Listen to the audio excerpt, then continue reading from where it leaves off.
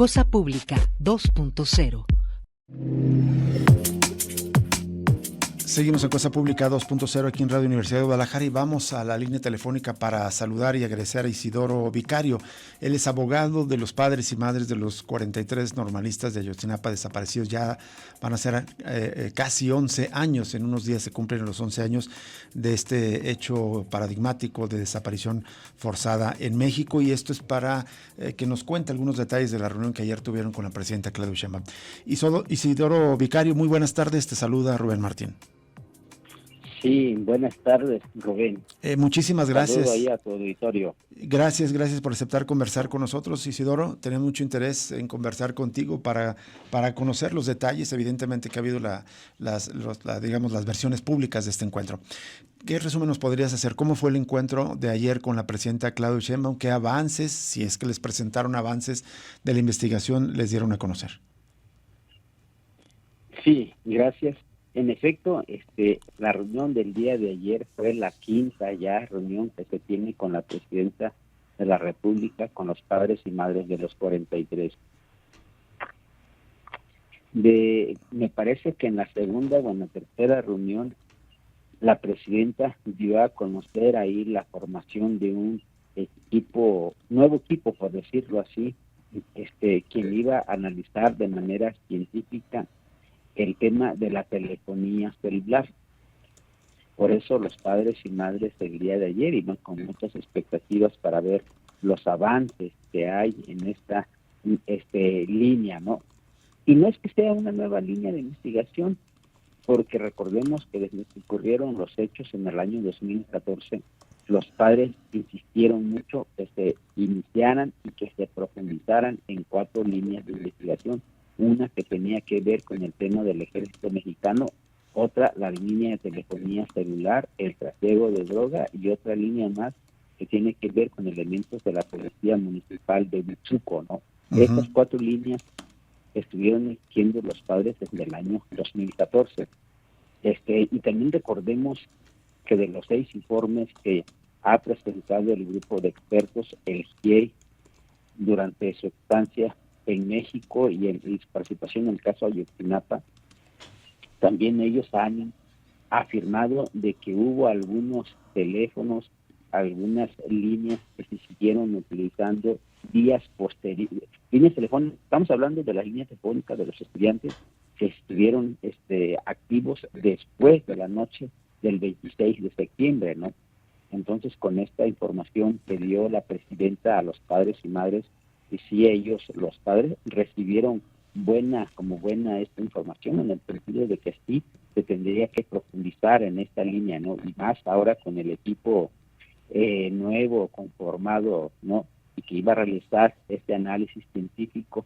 Y también la presidenta había dicho que pues, con este nuevo equipo pues iba a tener como una mirada fresca para reanalizar el tema de la telefonía celular, ¿no?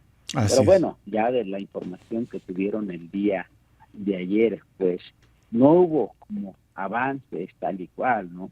De parte de ahí de la fiscalía, el encargado ahora dio ahí, a lo mejor como de manera vaga ahí la información, ¿no? Que no logra convencer a los padres, ¿no? No hay avances significativos que podamos afirmar de que ahora este nuevo equipo de trabajo pues esté avanzando, por lo menos en esta línea de la telefonía celular, ¿no?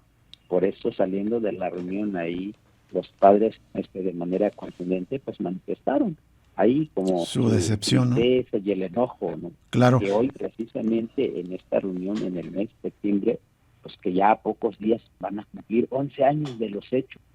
Y para los padres es como que si no hubiera pasado el tiempo con el tema de las investigaciones. Por supuesto.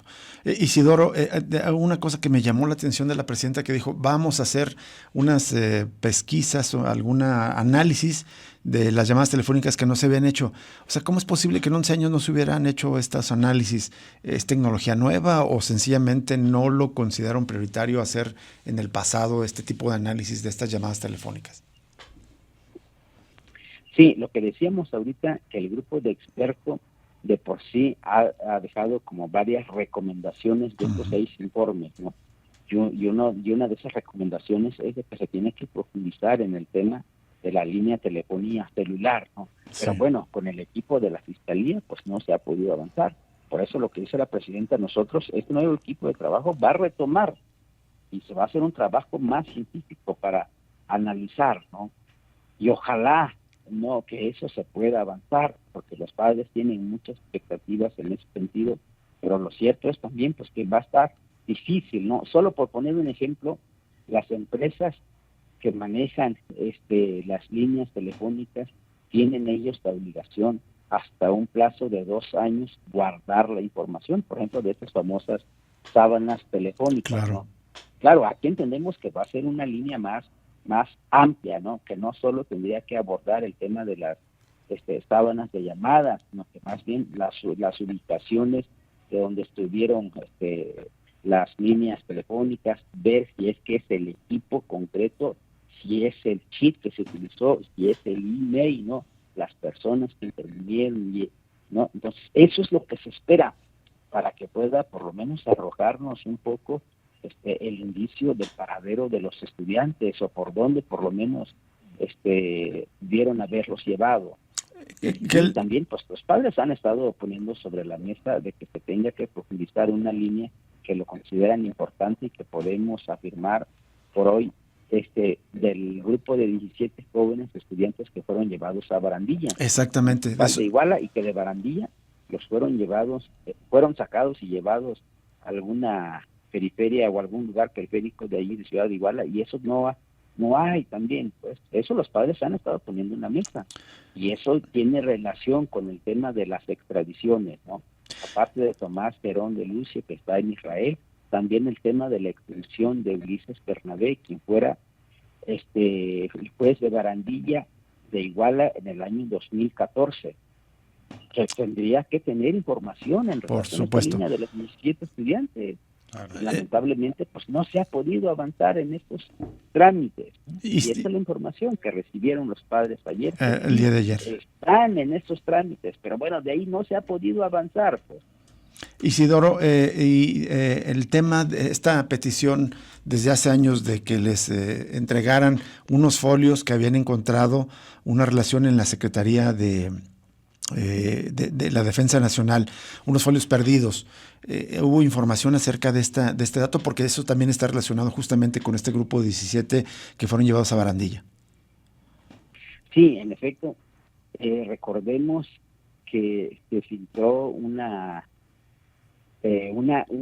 intervención llamada que hizo el ejército mexicano, ¿no? Y en esa intervención de la llamada, pues hay una conversación de 2 personas que refieren este modus de llevar a los estudiantes en Barandilla, ¿no?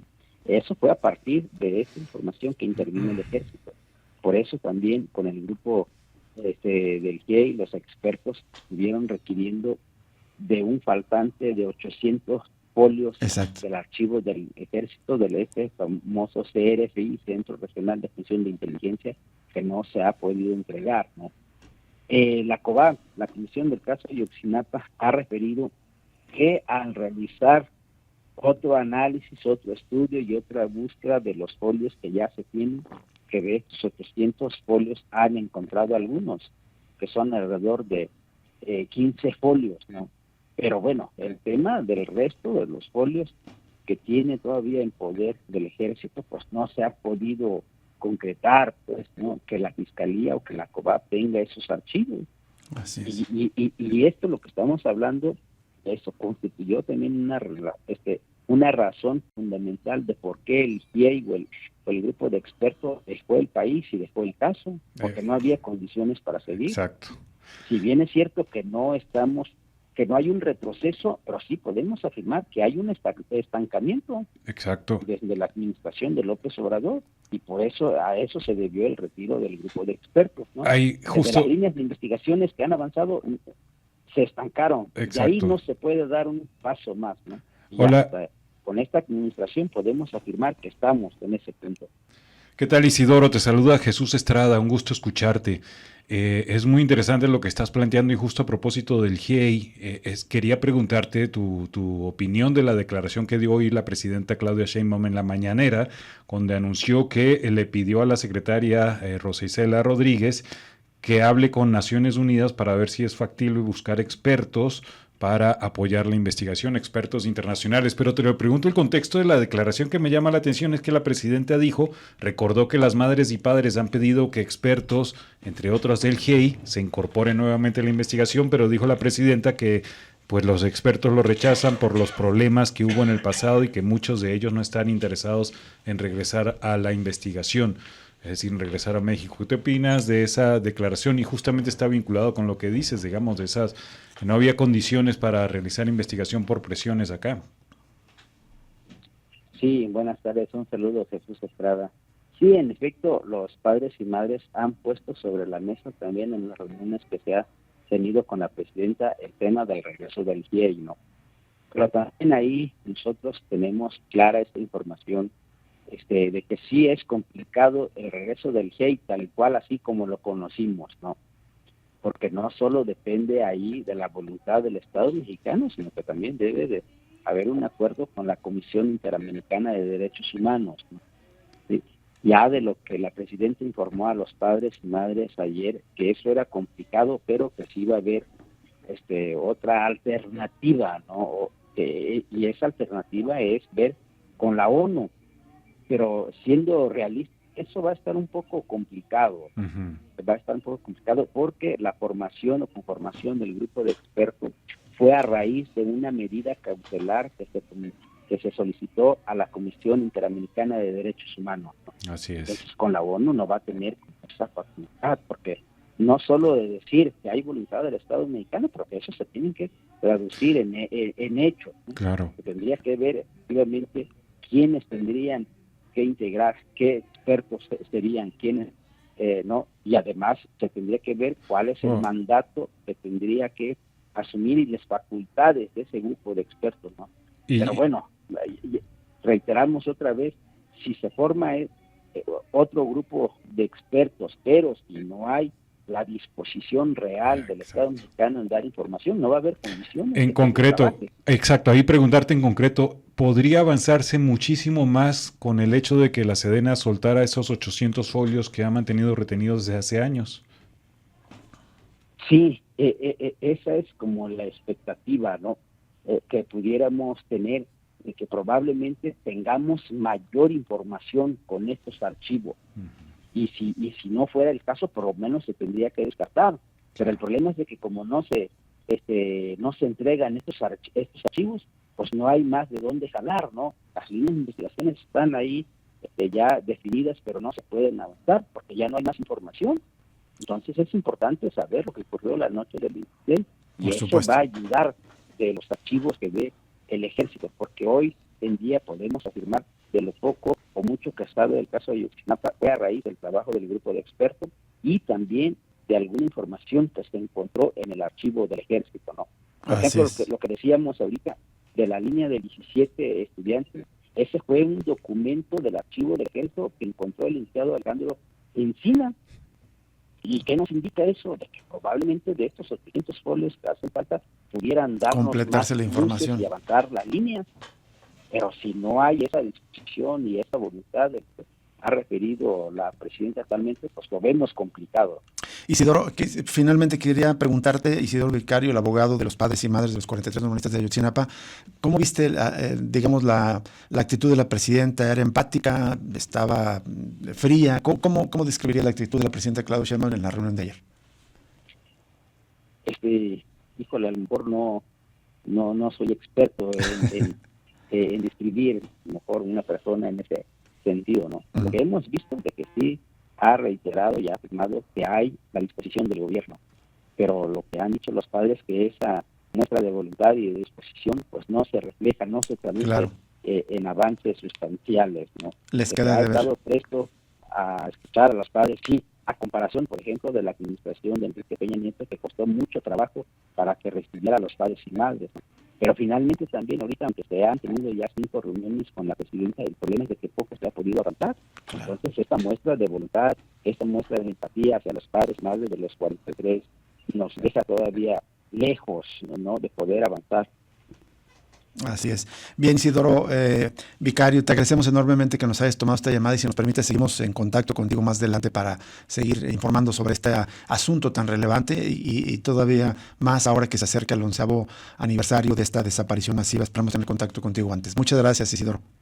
Sí, gracias a ustedes, muy amables ahí por el espacio y un saludo ahí al auditorio. Muchísimas gracias, Isidoro Vicario, abogado, integrante también del Centro de Derechos Humanos, la montaña Tlachinolan de allá de Guerrero, que ha acompañado a los padres, madres y a los mismos normalistas rurales de Ayotzinapa durante muchos años, de hecho antes incluso de esta desaparición masiva de septiembre de 2014. Vamos a una pausa y volvemos para cerrar Cosa Pública 2.0 este viernes 5 de septiembre.